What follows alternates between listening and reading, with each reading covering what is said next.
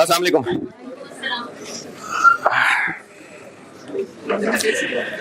दुरूद शरीफ पढ़ लें।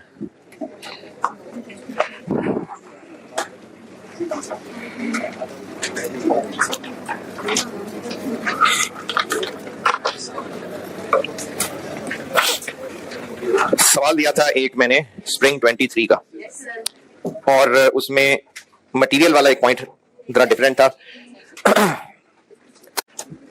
क्या होगा, मटेरियल वाला पॉइंट समझा रहा हूं। स्प्रिंग 23 क्वेश्चन नंबर 1 दिया था, इसमें मटेरियल वाला पॉइंट समझा रहा हूं। टोटल कितने यूनिट्स हैं? 1 लाख। एक बैच में 25,000। इसका मतलब 4 बैचेस में काम होना है। पहले बैच का डाटा दिया हुआ है, और जो पहले बैच के डाटा में डायरेक्ट मटेरियल कॉस्ट लिखी हुई है। डायरेक्ट मटेरियल कॉस्ट का मतलब होता है जितना मटेरियल प्रोसेस में इन हुआ, और उसके साथ ब्रैकेट में 63,000 केजी लिखा हुआ है। तो पहले बैच का जो प्रोसेस प्रोडक्शन होगा, इसमें इनपुट होंगे 63,000 केजी, और फिर इसमें लॉस होगा, तो प्रोडक्ट निकलेगा जिसका इतना वजन होगा।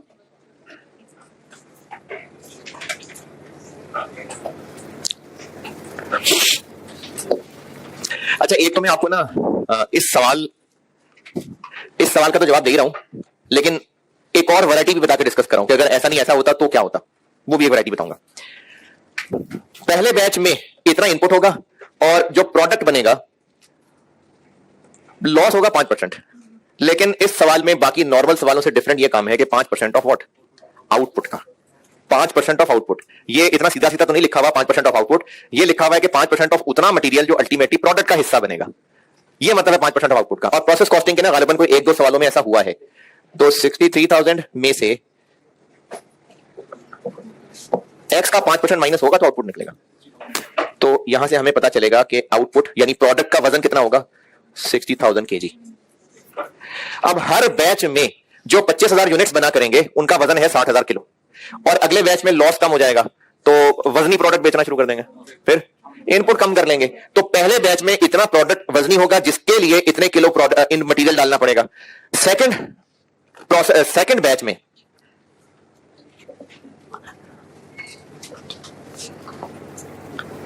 प्रोडक्ट का वजन तो अब भी कितना रखना है? 60,000। लेकिन अब की बार लॉस 10% कम हो जाएगा। 10% कम हो जाएगा, यानी 5% से -5% पे चला जाएगा। 5% से -5% पे नहीं चला जाएगा, 10% कम हो जाएगा। है? ये जो 3,000 किलो लॉस था पहली दफा में, इस 3,000 किलो में कमी हो जाएगी। अब रह जाएगा इतना। तो फिर इनपुट कितना? और ये बार बार इनपुट निकालने की भी जरूरत नहीं है, मैं तो आपको सिर्फ समझाने के लिए बता रहा हूं। हम इसको ऑफिशियली बस ऐसे कर सकते हैं कि बैच 1 का इनपुट, लॉस और आउटपुट ये एक दफा निकाल लें।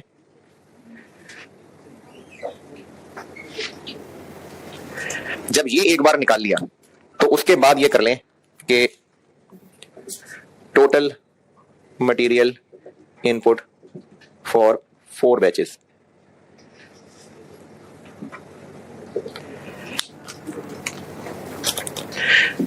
प्रोडक्ट का वजन कितना होगा? 60,000 किलो,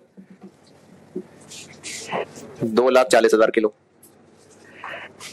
और वेस्टेज वाले का वजन कितना करेगा? पहले में 3,000, दूसरे में 2700, तीसरे में 2700 का 90%, और चौथे में इसका इतना टोटल किलो वेस्ट हो जाना है 31। तो टोटल हमें इन 4 बैचेस में मटेरियल डालना पड़ेगा 250,317 किलो, जो कि 600 रुपए किलो होगा। तो दिस इंटू 600 करेंगे तो डायरेक्ट मटेरियल कॉस्ट आ जाएगी। ये इस सवाल में लॉस वाला पॉइंट था।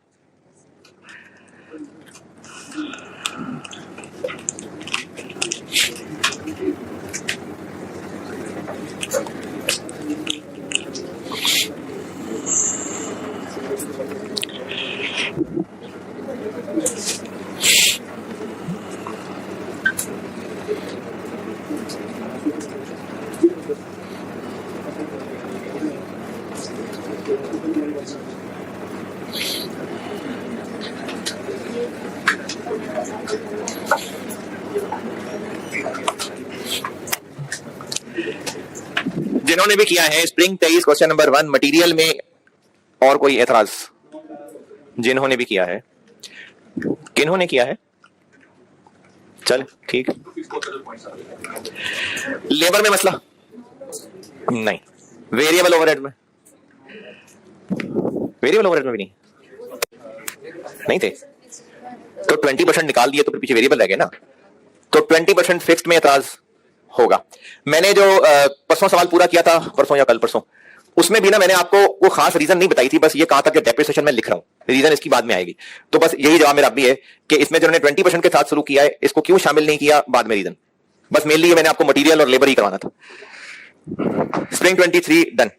अच्छा, इससे रिलेटेड ना एक और वैरायटी सुबह वाली क्लास में समझा रहा था, और पहले मैं वो गलती में वो वैरायटी समझा गया, फिर वो देखा सवाल में तो कुछ और लिखा हुआ था, तो बस फिर बेहतर ही हुआ होगा। तो मैं आपको इसकी एक और वैरायटी बताता हूं कि अगर सवाल की वर्डिंग ऐसी होती तो फिर क्या करते। स्प्रिंग 23 से रिलेटेड ही आपको एक वैरायटी और बता रहा हूं, ऐसा हो सकता है टेस्ट। अच्छा, उससे पहले ना एक और बात सुन लें, ये शायद पहले किसी ने पूछी भी थी बात, इससे हटके एक और बात बता रहा हूं। अगर 2021 में सेल प्राइस थी 200 रुपए, तो 2022 में कहा जा रहा है कि ये इंक्रीज कर जाएगी 4%, तो 2022 की प्राइस कैसे निकालें? 200 को 4% बढ़ाना है ऐसे। इसी तरह से अगर 2021 में फिक्स्ड कॉस्ट थी 2 लाख और 2022 में कहा जा रहा है कि इसको इंक्रीज करना है 3%, तो अब 2022 की फिक्स कॉस्ट कैसे निकलेगी? 2 लाख। ये काम हम करते आ रहे हैं। लेकिन अगर कहा हुआ है कि 2021 में कमीशन 5% थी और 2022 में इंक्रीज कर देना है 1%, तो इसका मतलब क्या हुआ कि 2022 की कमीशन क्या हो जाएगी? 6% या फिर 5% इंटू 1.01।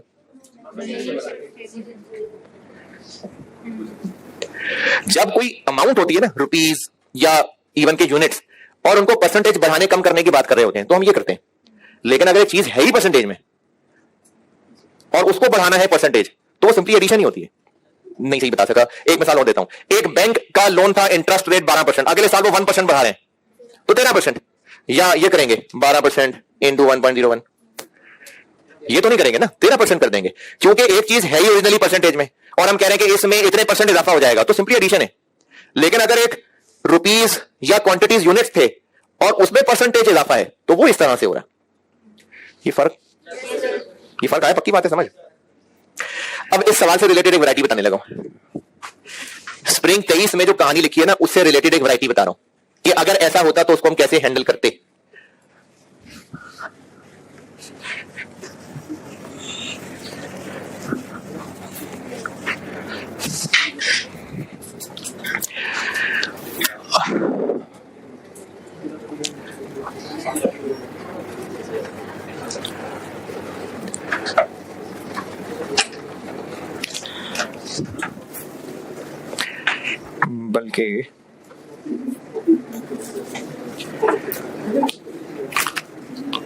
बल्कि नहीं रहने दे, नुकसान हो जाएगा, कुछ नहीं कहा मैंने, बस ये इतनी बात काफी। कल मैंने पहुंचाया था आपको रेलिवेंट कॉस्ट में मटेरियल समझा रहा था। प्राइसिंग या evaluation of one of order, special order बता रहा था। उसके बारे में अगर किसी ने कहानी लिखी थी अपने अल्फाज में, किसी ने भी लिखी थी, तो जरा आप पढ़ के देखें क्या आपको समझ आ रहा है क्या लिखा था। नहीं, यस नहीं, पढ़ के देखें, क्योंकि अगर अभी समझ नहीं आ रहा तो फिर 15 दिन बाद कैसे आएगा। हाँ, फिक्स कॉस्ट मैंने कहा रहने दें अभी, नहीं फिक्स कॉस्ट वाली बात रहने दें, अभी तंग हो जाए, हो ले थोड़ा तंग। इन दोनों सवालों में फिक्स वाली बात को फिलहाल छोड़ दें। मैंने भी रेलेवेंट कॉस्टिंग शुरू किया ना ये। अच्छा, बल्कि रेलेवेंट कॉस्टिंग से याद आया, आप में से खैर कुछ खुद भी बच्चे पुराने हैं और काफी पुराने हैं, और कुछ हो सकता है जो अपने हॉस्टल फेलोज या अपने सीनियर से सुनते हो, तो हो सकता है कोई आपको पूछे कि तुम्हारे टीचर ने रेलेवेंट कॉस्टिंग पढ़ा दिया है। तो आईकैप की बुक में ना ये 2 अलग अलग चैप्टर थे, रेलेवेंट कॉस्ट के नाम से अलग था और डिसीजन मेकिंग टेक्निक्स अलग था। मैंने उनको मिला के शॉर्ट टर्म डिसीजन मेकिंग का हुआ है, तो हम यही है जो पढ़ रहे हैं। अच्छा क्या बताने लगा था, हाँ ये जो मैंने 5 टाइप्स लिखी थी और उनमें से पहली टाइप बताई थी प्राइसिंग या इवैल्यूएशन ऑफ स्पेशल ऑर्डर। इसका कॉन्टेक्स्ट ये बताया था, जिन्होंने अभी तक कोई कहानी नहीं लिखी बेशक आप लिख लें, कि बिजनेस का जो मेन प्रोडक्ट है, बिजनेस अपने रेगुलर खर्चे उससे पूरे करता है और उसकी प्राइसिंग नहीं आपसे टेस्ट होती। एक बिजनेस के मेन प्रोडक्ट की ना प्राइसिंग नहीं आपसे टेस्ट होती कॉस्ट में, वो तो आपके स्कोप की भी चीज नहीं है। वैसे मैं आपको कहानी पूरी बता रहा था कि बिजनेस ने जो अपने मेन प्रोडक्ट की प्राइसिंग करनी होती होगी तो उसमें वो सारे खर्चे करता होगा पूरे। अगर उसको कोई मेन काम से कुछ डिफरेंट, कुछ हटके, कोई वन ऑफ, कोई स्पेशल असाइनमेंट मिले और उस पर उसने अभी हां नहीं किया है, हां नहीं किया तभी तो डिसीजन मेकिंग है, अभी हमने हां या ना करना है, तो फिर वो सारे खर्चे उससे पूरे नहीं कर रहा होगा, सिर्फ वो खर्चे पूरे करेगा जो इसकी वजह से एक्स्ट्रा पड़ेंगे, जिनको हम कहते हैं रेलेवेंट फॉर दिस ऑफर। ये मैंने कल आपको बात बताई थी। और फिर इसमें तफसील पढ़ानी ये शुरू की थी कि एग्जाम क्वेश्चन के अंदर बड़ी अजीब अजीब सी सिनेरियोज हो सकते हैं। जैसे एग्जाम में हो सकता है कि इसके लिए इतने किलो मटेरियल चाहिए, इतना पहले पड़ा हुआ है, इतना और लाना पड़ेगा, जो पहले पड़ा हुआ है उसके लिए कुछ और भी सोचा हुआ था। तो इस तरह की ना अजीब अजीब सिचुएशन हुआ करेंगी। तो उनमें रेलिवेंट कॉस्ट ढूंढने के लिए है तो बेस वही 4 पॉइंट्स। क्या 4 पॉइंट्स? इस जॉब की वजह से जो आउटफ्लो होगा, इस जॉब की वजह से जो इनफ्लो होगा, एक इनफ्लो होना था इसकी वजह से जाया हो जाएगा, एक आउटफ्लो होना था इसकी वजह से बच जाएगा, है यही 4 पॉइंट। लेकिन मैंने उनको मुख्तलिफ, सिर्फ मैंने नहीं, अक्सर किताबों में होता है, मैंने इसको कोई 12-15 सिचुएशंस बना के ना फार्मूले लिख दिए हैं। अगर आप वो याद कर लेंगे तो फायदा होगा, पेपर में सवाल करते हुए टाइम बचेगा। तो ये वो 12-15 सिनेरियोज हैं जो पढ़ाने लगा हूं। डिटेल्स ऑफ रेलेवेंट कॉस्ट की हेडिंग दी थी मैंने और पेज नंबर 262 से बात शुरू की थी और एक मिसाल समझाते हुए शुरू किया था कि हमें 500 200 पता नहीं कितने 200 चेयर्स 500 चेयर्स क्या लिखा था मैंने, 100 छोटी छोटी चेयर्स बनाने का एक, हाँ एक 100 चेयर्स बनाने का हमें एक काम मिल रहा है, अभी हाना नहीं की है।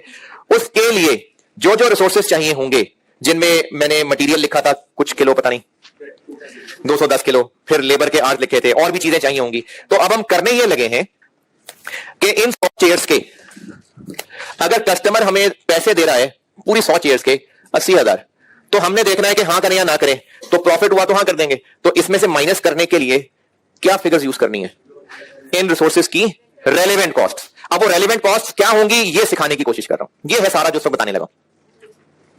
ओके अच्छा, इसमें ना बाद में बच्चे ने सवाल पूछा था, वो खैर बच्चा गहरा सोचता है, इसलिए अगर आपको सवाल समझ ना आए तो रहने देना, जिस जिसको समझ आ जाए वो सुन ले, बाकी इग्नोर कर देना, टेंशन नहीं लेनी, ठीक है, कोई टेंशन नहीं लेनी।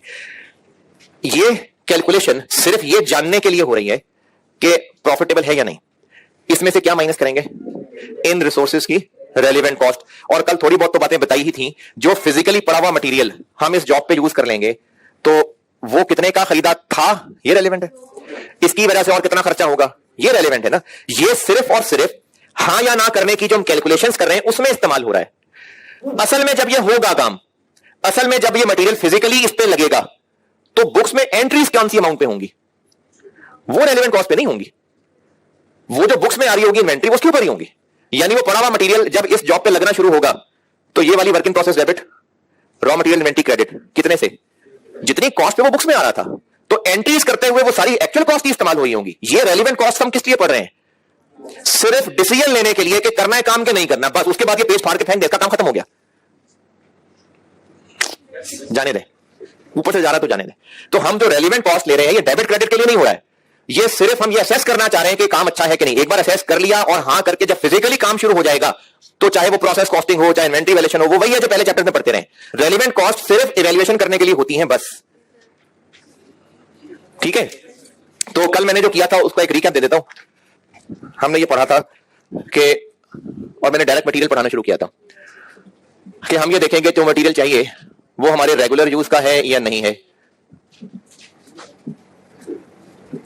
अगर रेगुलर यूज का है तो फिर देखा था कि स्टॉक में है या नहीं है। अगर स्टॉक में नहीं है और इस जॉब पे यूज करना पड़ा तो एक्स्ट्रा खर्चा क्या होगा, जितने का अब हम लेके आएंगे, चाहे खरीद के चाहे बना के। और अगर स्टॉक में पड़ा हुआ है तो बेशक हम वही पड़ा हुआ स्टोर से निकाल के इस्तेमाल कर लेंगे, लेकिन इसकी वजह से और खरीद के लाके स्टोर में रखना पड़ेगा। तो चाहे स्टोर में है चाहे नहीं है, रेगुलर यूज का मटेरियल हुआ तो उसकी रेलेवेंट कॉस्ट क्या हुई कि अब लाएंगे तो कितने का मिलेगा। और रेगुलर यूज का नहीं है और स्टॉक में नहीं है तो क्या रेलेवेंट होगा? जो अब हमें खरीदने का खर्चा पड़ेगा। इन तीनों के अंदर रेलेवेंट कॉस्ट का आंसर सेम है, क्या? कि अब क्या खर्चा होगा। और आखिरी बात की थी कि अगर ये स्टॉक में है, ये मैं दोबारा समझाता हूं। ये वाली बात दोबारा समझाता हूं, क्योंकि आधी हुई थी बात, मैंने कहा था अपॉर्चुनिटी कॉस्ट और एक्सप्लेन करूंगा, तो इसलिए फिर ये दोबारा शुरू से समझाता हूं। अच्छा जी, इससे पहले थोड़े से हौसले के लिए आपके भी और ये जो ऑनलाइन वाले बच्चे हैं, एक तो आप भी और ऑनलाइन वाले भी बार बार ये ना पूछना कि कोर्स कब खत्म होगा, ठीक है? अरे मैसेजेस रोज आते हैं तो पूछ कह रहा हूं ना, मुझे फिर रोजाना कहना पड़ता है। ये जब सेशन एंड होता है ना, बल्कि आप इसकी मिसाल समझें, जब आप पेपर दे रहे होंगे और या पहले कभी पेपर दिए हैं, उसके हिसाब से सोच लें। पेपर शुरू हुआ है और उस वक्त कोई 2 4 5 मिनट किसी वजह से जाया हो रहे हैं, कोई शीट मांगी थी, आप लोगों ने शीट नहीं दी है, या वो अटेंडेंस लगवाने आ गए हैं, तो शुरू में 2 4 मिनट का जाया होना और आखिरी 10 मिनट में 2 4 मिनट का जाया होना, बहुत फर्क होता है ना। तो सेशन एंड पे ना अजीब अजीब परेशानियां होती हैं, प्रेशर होता है, शैतान पे मुझसे भी डालता है। अब उस आखिर में होगा क्या?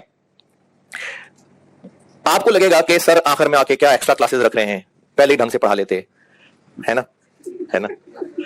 यस सर ना। तो ये बात इसलिए बता रहा हूं कि अब आपके लिए इसमें क्या मसला होगा वो समझाने लगा। शुरू से लेके मैंने अब तक आपको ये बताया है कि एक्स्ट्रा क्लासेस चाहिए, उसमें जहां जहां मौका मिला लगाते भी रहे एक्स्ट्रा क्लासेस, और सबको साथ लेके चलने की कोशिश, समझाना, कुछ चीजों पे ज्यादा टाइम इसलिए लगा देना कि साथ चल रहे हैं, कोशिश करता रहा। बहरहाल आई ट्राइड। अब एंड पे आके 3 हल हैं। एक तो यह है कि बस टपाएं और क्लोज करें, खत्म करें, तो ये तो नहीं है, ये तो नहीं करना। इसके बाद रह गए 2। एक हल यह है कि ऐसे ही चलते जाए और 10-12 क्लासेस तो मुझे कम से कम चाहिए। और क्या तारीख है आज? 2 अगस्त। तो ठीक है, 14 अगस्त को झंडा झंडा लगा के ही जाएंगे। और तीसरा हल यह है कि FR2 की मेरी कल से आज क्लास खत्म है, तो अगर आप लोग हिम्मत करें और आप लोग 1:30 बजे आ जाएं और हम लोग ये अगले को 5-6 दिन डबल पढ़ लें। उसमें पढ़ाऊं समझाऊंगा, सारा बढ़ाना नहीं है, समझाना ही है। और चलो उसमें मैक्सिमम ये कर लूंगा कि अगर किसी टॉपिक के 3 सवाल होमवर्क देने तो 1 दे दूंगा, इस तरह से चल लेंगे। लेकिन करना तो बेटे है, मिलके कोशिश तो करनी है।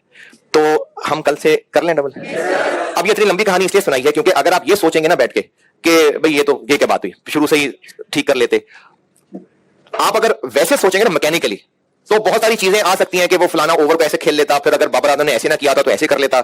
ये बहुत कुछ सोचा जा सकता है बाहर बैठ के, लेकिन सेशन के अंदर पढ़ाते हुए क्या होता है, क्या क्या मसाइल आते हैं, सेशन के अंदर ही होता है। अब अगर आप एंड पे आके ये सोच रहे होंगे ना, ये अब वो जुमला जिसके लिए मैं आपको सारी बात बता रहा हूं कि नहीं पहले ऐसे कर लेते, ये क्या बात हुई, अब डबल क्लास ले रहे हैं, तो अगर आपने ये सोचना शुरू कर दिया ना, तो आपने अपने आप को इस बात के लिए तैयार कर लिया कि बस अब मैस मच गया, मुझसे नहीं होना। ये एंड पे आके हिम्मत नहीं छोड़नी। सबने नहीं, मैंने कोशिश की, आप भी सब साथ साथ चलते रहे, आगे भी थोड़ा सा टाइम रह गया, हौसले से चल लें, हिम्मत आगे छोड़ नहीं जाना हार के, ठीक है? तो कल से हम फिर डबल क्लास कर रहे हैं। अच्छा, इसका मतलब ये नहीं कि अब आप 3 दिन बाद फिर पूछें अच्छा सर अब तो डबल कर लिया, अब तो इतवार को फारिग कर देंगे ना। हो सकता है फिर भी शायद मंगल लग जाए। मंगल को क्या मरने वाले हो गए हैं। अच्छा, आपको कौन मजबूर कर रहा है कि आप जब मैं क्लासेस खत्म करूं उसके बाद आप जाकर अपने माइंड की सेटिंग चेंज करें, फिर आप लोग कपड़े बदलें, फिर आप लोग गुस्ल करके अपने अंदर नियत लाएं कि अब मैं एग्जाम की तैयारी करने शुरू करने लगा हूं। कर लेना भी साथ साथ शुरू। हो सकता है मंगल नहीं बुध हो जाए, हो सकता है पीर को फारिग हो जाए, हो सकता है। बात तो यह है कि डबल करने, और हो सकता है पीर को खत्म हो जाए। पीर को क्या तारीख है? 7। तो नहीं 6 इतवार को है, 6 इतवार को है मेरे ख्याल में। हाँ है 6 इतवार को है। हो सकता है पीर को फारिग हो जाए, हो सकता है मंगल को फारिग हो जाए, हो सकता है बुध को फारिग हो जाए। बस अब यह है कि कोशिश करके अच्छा बस कंप्लीट करना। ठीक है, तैयार है?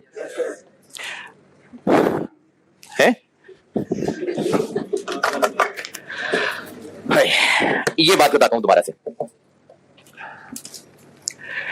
मटेरियल हमारे रेगुलर यूज का नहीं है। कौन सा मटेरियल, किसकी बात हो रही है? हमें इस जॉब के लिए जो मटेरियल चाहिए, उस मटेरियल 210 किलो की बात हो रही है कि वो हमारे रेगुलर यूज का नहीं है, लेकिन सम हाउ स्टॉक में पड़ा हुआ है। हो सकता है पहले कभी काम का होता था, हो सकता है पहले भी शायद कभी कोई ऐसा ऑर्डर आया था तो बचा पड़ा हुआ है। अब अगर वो स्टोर में पड़ा हुआ है और इस जॉब पे यूज कर लिया, तो अब इस खाली जगह पर और लाके रखना पड़ेगा? नहीं, अब और तो लाना नहीं है। तो फिर हम बिजनेस है इस स्टॉक में पड़े हुए का यकीनन हमने कोई ना कोई हल सोचा हुआ था। उस हल से हमें अगर ये जॉब ना होती तो कोई इनफ्लो हो जाना था। प्रॉफिट और डिस्पोजल नहीं कह रहा, इनफ्लो हो जाना था।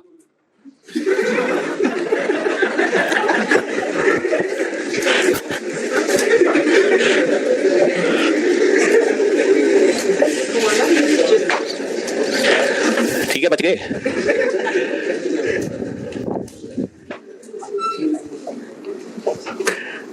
अच्छा हाँ, वो भी ऑन होना है। चले खैर अभी जुबानी बोल रहा हूं ना, इधर हो जाता हूं। भूल क्या रहा था मैं। हाँ, जो स्टॉक में पड़े हुए हैं अगर हमने यहां यूज ना किए तो हमने कोई हल सोचा हुआ था जो इनफ्लो होना था, इस जॉब की वजह से अब हम वो हल नहीं करेंगे तो वो इनफ्लो होना था वो अब नहीं होगा, तो उस कुर्बानी को अपॉर्चुनिटी कॉस्ट कहते हैं, वो हमारी रेलिवेंट कॉस्ट होगी। अच्छा, वो कुर्बानी हो सकती है आपको सवाल में 2-3 ऑप्शन की शक्ल में दी हो। मिसाल के तौर पे हमारे पास स्टॉक के अंदर 200 किलो पड़े हुए और ये मटेरियल ए है कोई जो हमें इस जॉब के लिए चाहिए, वो पड़ा हुआ है स्टॉक के अंदर 200 किलो मटेरियल ए। अगर इस जॉब पे इसको इस्तेमाल ना करते तो मैनेजमेंट ने इसका एक हल ये सोचा हुआ था कि इसको बेच देंगे, और बेचेंगे अगर तो ये बिक जाएगा 180 का, लेकिन कुछ खर्चा होगा तो बिकेगा, तो इस पे 15 खर्च करना पड़ेगा। एक हल मैनेजमेंट ने ये सोचा हुआ था। और मैनेजमेंट ने एक और हल ये सोचा हुआ था, अच्छा जिनके बड़े बहन भाई हैं शायद उनके साथ ये जिंदगी में कभी ना कभी जरूर हुआ हो, जब बड़े बहन भाई बड़े हो गए और उनके कपड़े साथ बड़े ना हो सके तो उन कपड़ों का क्या हुआ, छोटे बहन भाई को काम आ गए, और अगर साइजेस डिफरेंट थे हैं तो अल्टरेशन करा ली, कुछ ने तो वैसे ही मलंगों की तरह पहन लिए और कुछ ने अल्टरेशन करा ली। तो इससे फायदा क्या हुआ अब्बा जी को, कौन सी कॉस्ट बच गई? वो जो छोटे बच्चे के कपड़े खरीदने थे वो खरीदना बच गया, यानी फायदा क्या है कि वो छोटे कपड़े खरीदने के पैसे बच गए। तो अगर इस मटेरियल जो कि हमारे काम का नहीं है पड़ा हुआ है बेच दे तो ये होना है। एक और हल ये सोचा हुआ है, ये इसी क्लास में हो रहा है कुछ, चले गलती से हो गया होगा। एक हल ये सोचा था कि इसको हम एक और मटेरियल में कन्वर्ट कर लेते हैं, और ये कन्वर्ट हो सकता है इनटू एक और important material, material B. Dry करके, उबाल के, कुछ और किसी भी तरीके से करके इसको मटेरियल बी में कन्वर्ट किया जा सकता है, लेकिन मटेरियल बी बनेंगे इससे 120 किलो, ड्राई करने से कुछ इतने बनेंगे। लेकिन अगर वो बड़े बहन भाइयों के कपड़े एडजस्ट कराएंगे तो एडजस्टमेंट पे तो खर्चा होगा ना, तो ऐसा जरूर कर सकेंगे, लेकिन बी बनाने में खर्चा भी होगा। और ये जो बी बनाएंगे, बी मार्केट से मिला करता है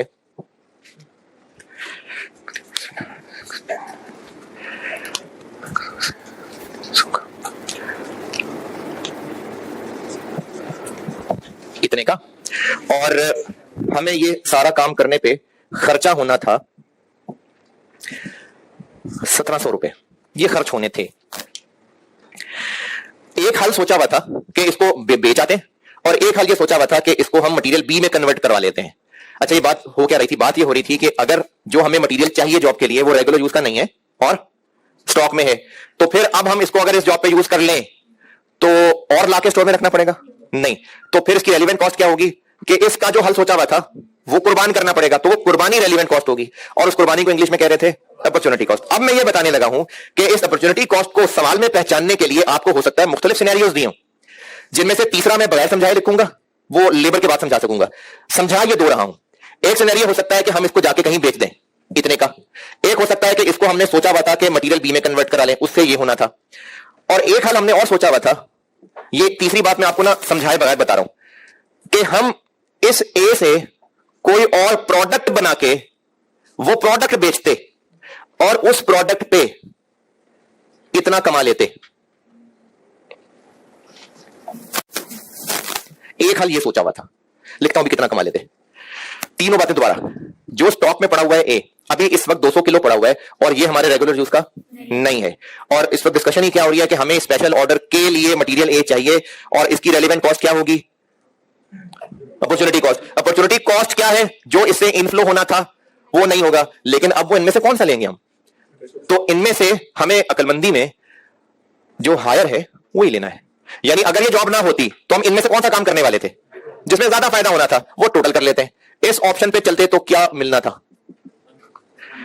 200 किलो इंटू 165, 33,000। एक ये काम था। इस ऑप्शन पे चलते तो क्या होता?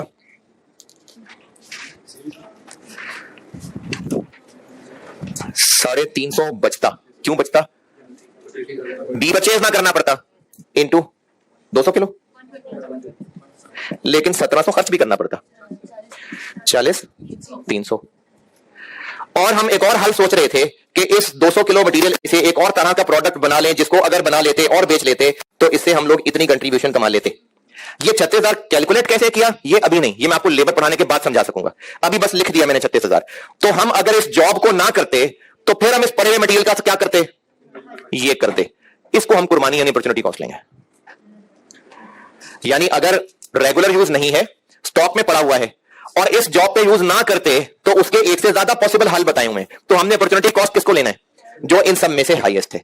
तो दूसरे पेज पे टॉप पे मैंने डब्बा बनाया हुआ है, दूसरे पेज के टॉप पे एक बॉक्स बनाया हुआ है मैंने अपॉर्चुनिटी कॉस्ट, और उसमें मैंने नंबर 1 ये लिखा हुआ है, नंबर 3 ये लिखा हुआ है और नंबर 2 ये लिखा हुआ है। आप 1 और 3 की कैलकुलेशन भी देख लें, लेकिन इसकी मैंने कैलकुलेशन अभी नहीं समझाई, तो ये डब्बा पढ़ लें सारा।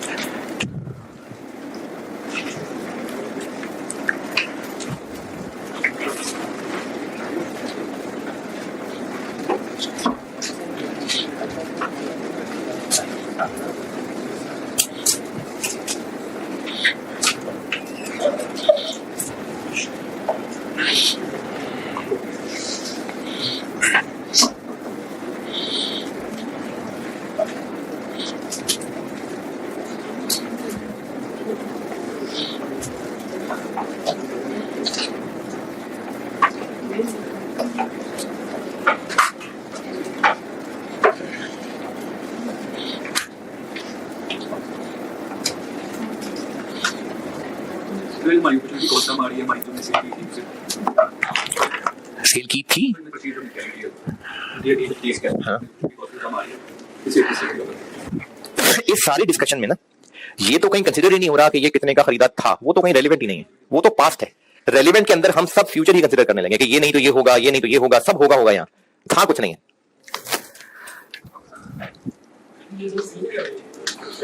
ये वाला और तीसरा वाला मैंने आपको इतनी तफसील से समझाया नहीं है ना, बस आप ये समझ लें कि कंट्रीब्यूशन भी शायद कोई चीज है। लेबर में समझाऊंगा, मटेरियल में इतना आसान नहीं है समझाना, लेबर में निस्बतन आसान है, तो इसलिए अभी इस पे ना दिमाग लगाएं। लेबर कराता हूं उसमें समझा दूंगा। ये और ये समझ आ गया? हाँ बस ये ठीक है, वो वाली चीज जो है ना वो लेबर पढ़ाता तो समझाता हूं। ये डब्बा पढ़ लिया। चले अब आप ऐसा करें कि प्रैक्टिस क्वेश्चन में मैंने एक सवाल बनाया हुआ है इलस्ट्रेशन 2, उस पे आइए, पेज 267। इलस्ट्रेशन 2 पढ़ ले, मैं करता हूं बोर्ड पे। ये खुद ही बनाया सवाल, ये कोई बात से पर नहीं है।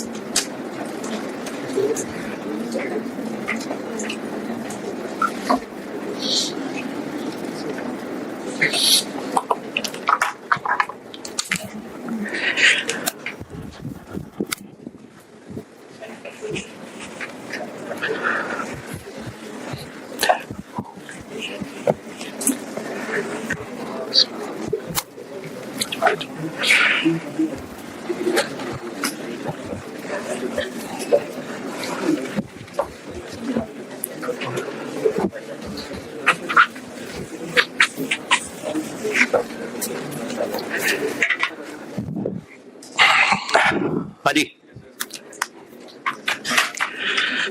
पढ़ लिया तो डिस्कस करूं। हमें एक स्पेशल जॉब मिली है और उसमें हमें 3 तरह के मटेरियल चाहिए। ये मैं कर रहा हूं इलस्ट्रेशन 2। इसमें हमें चाहिए 3 तरह के मटेरियल। रिक्वायर्ड क्या है? इन मटेरियल की रेलिवेंट कॉस्ट। पहले करते हैं मटेरियल एक्स की बात। मटेरियल एक्स चाहिए कितना? 800 किलो चाहिए और स्टॉक में कितना पड़ा हुआ है? 200 किलो पड़ा हुआ है। टेबल के नीचे पहली ही line, material ex regular use का है, तो अब जब रेगुलर यूज का है तो चाहे स्टॉक में पड़ा हुआ है चाहे नहीं पड़ा, सारा का सारा अब खरीदेंगे तो कितने का मिलेगा? तो आखिरी 3 कॉलम में से कौन सा?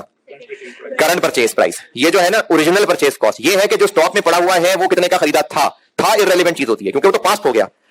और अच्छा एक चीज बताता हूं, शायद आपको कुछ समझ आए, शायद फायदा हो, नहीं तो कोई मसला नहीं। अब मैं ना यहां से ओ यार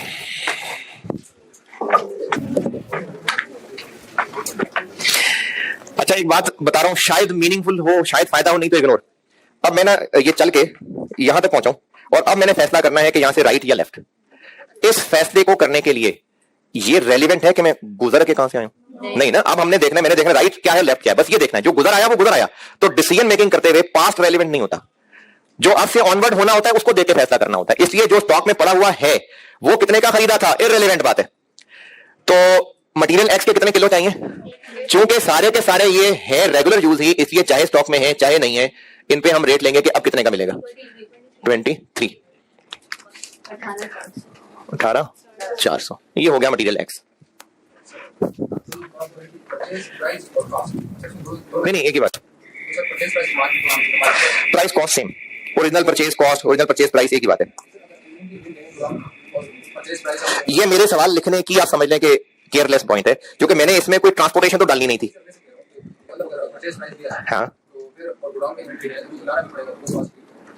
हाँ खरीद के लाने में जो ट्रांसपोर्टेशन होगी वो भी होगी, जो एक्स्ट्रा खर्च होगा वो रेलिवेंट है।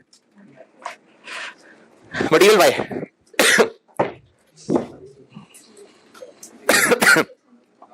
मटेरियल वाई ये रेगुलर हुआ करता था कभी, अब नहीं है।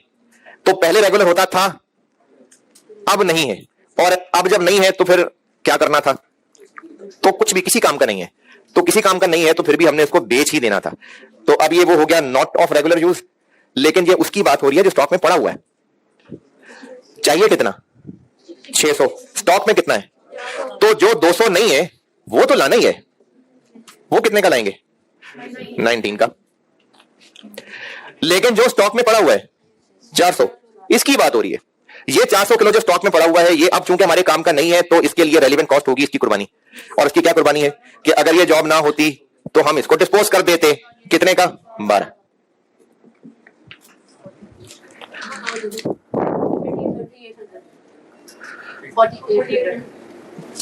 ये मटेरियल वाई है।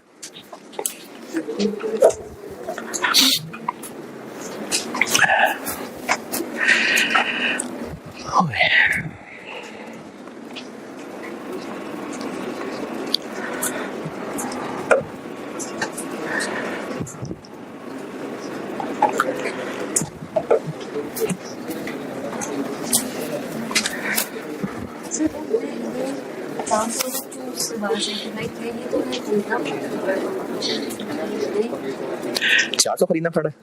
हाँ 400 जो है ये स्टॉक में पड़ा हुआ है। हाँ ये 400 किलो हमारे पास पड़ा हुआ है। अब ये उस डिस्कशन में आ जाएगा कि रेगुलर यूज का नहीं है और स्टॉक में है, तो उसकी रेलिवेंट कॉस्ट होती है कुर्बानी, तो वो अपॉर्चुनिटी कॉस्ट 12 है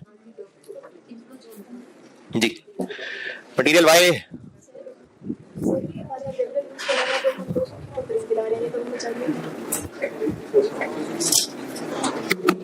वाई स्टॉक में कितना पड़ा हुआ है? 400। ये हमारे रेगुलर यूज का नहीं है, तो अगर ये जॉब ना होती तो इस 400 का क्या करना था? अब हम ये कैलकुलेशन कर रहे हैं कि अगर जॉब हो तो क्या है।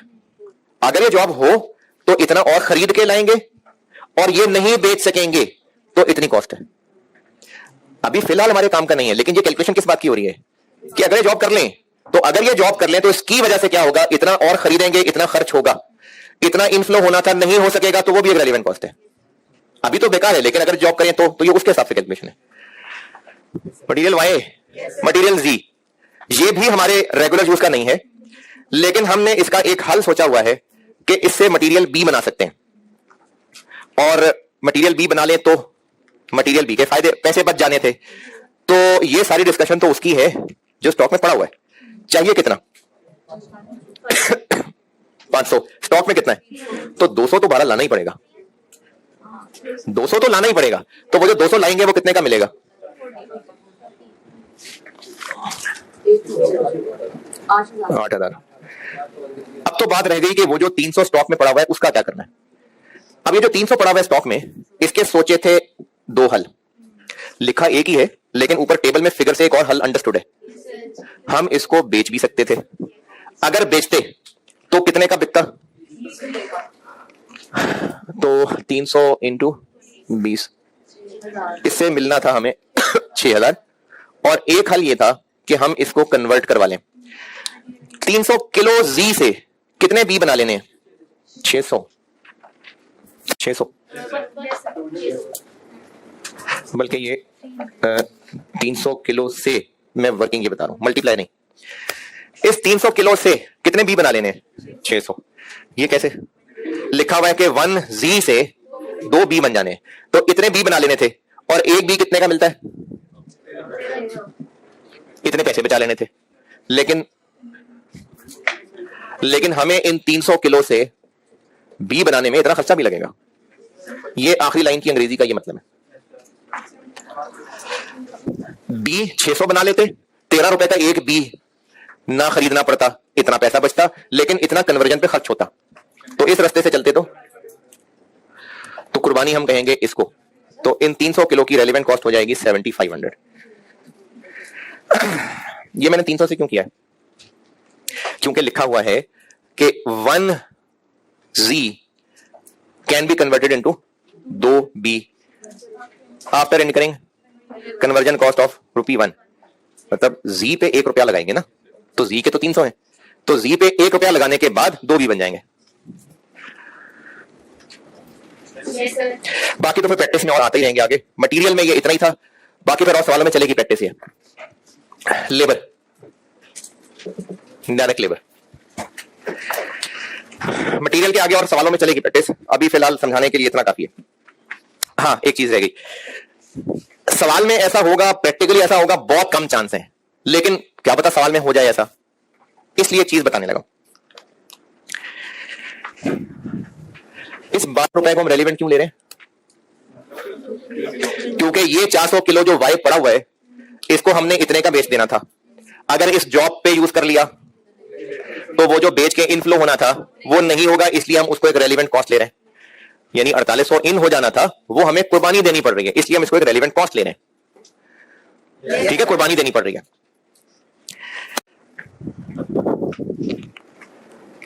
अगर ये हमने जहां बेचना था वहां हमने ये 12 का बेच लेना था, कोई और मार्केट है, लेकिन हम इसको कहीं से खरीद के लाएंगे तो हो सकता है हम 11 का खरीद के ला सकते हो। मटेरियल वाई जो हमें चाहिए 400 किलो पड़ा हुआ है। अच्छा, ऐसा होने का चांस कम है लेकिन इम्पॉसिबल नहीं है। वाई हमें चाहिए 400 किलो पड़ा हुआ है, 12 को हमने यहां रेलिवेंट कॉस्ट क्यों लिया? क्योंकि हमने इसको 12 का बेच देना था, इस जॉब की वजह से नहीं बेचेंगे, कुर्बानी देनी पड़ेगी, वो कुर्बानी हमारी रेलिवेंट कॉस्ट है। अब मैं कह रहा हूं कि अगर ये 400 हम कहीं से खरीद के लाए और 11 का हम ला सकते हो तो फिर इस कुर्बानी की जरूरत है? दोबारा सुने, खाने टेबल पे एक खाने की चीज पड़ी है, अब एक जो है वो बच्चे ने वो चीज खा ली, तो और भी है घर में, वो फ्रिज में रखी हुई है, तो मां भूखी रह ले, कुर्बानी दे दे है? नहीं, ले और खा ले, कुर्बानी की तब जरूरत है अगर और नहीं है तो। हमें 400 किलो 12 रुपए का बेच के पैसे मिलने थे, हम वो 400 किलो वहां ना बेचें, जॉब पे इस्तेमाल कर लें कुर्बानी।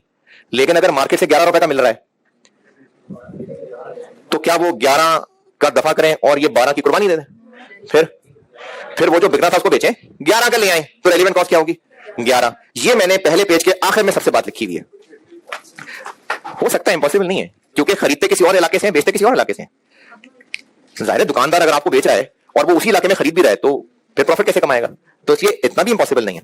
पहले पेज के सबसे आखिर में मैंने यही बात लिखी हुई है कि जब हम अपॉर्चुनिटी कॉस्ट को रेलिवेंट लेने लगे तो बस एहतियातन ये देख लेना कि नया कितने का मिल रहा है। अगर नया सस्ता मिल रहा है तो फिर सस्ता वाला ले लेंगे, होता नहीं है ऐसा, लेकिन हो सकता है। तो जब अपॉर्चुनिटी कॉस्ट को रेलिवेंट लेने लगे तो एहतियातन देख लें कि नया कितने का मिल रहा है। तो अगर नया सस्ता मिल रहा हो तो फिर अपॉर्चुनिटी कॉस्ट नहीं है रेलिवेंट।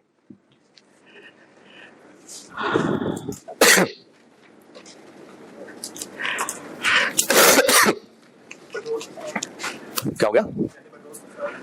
हो जाए? अच्छा, हो जाए फिर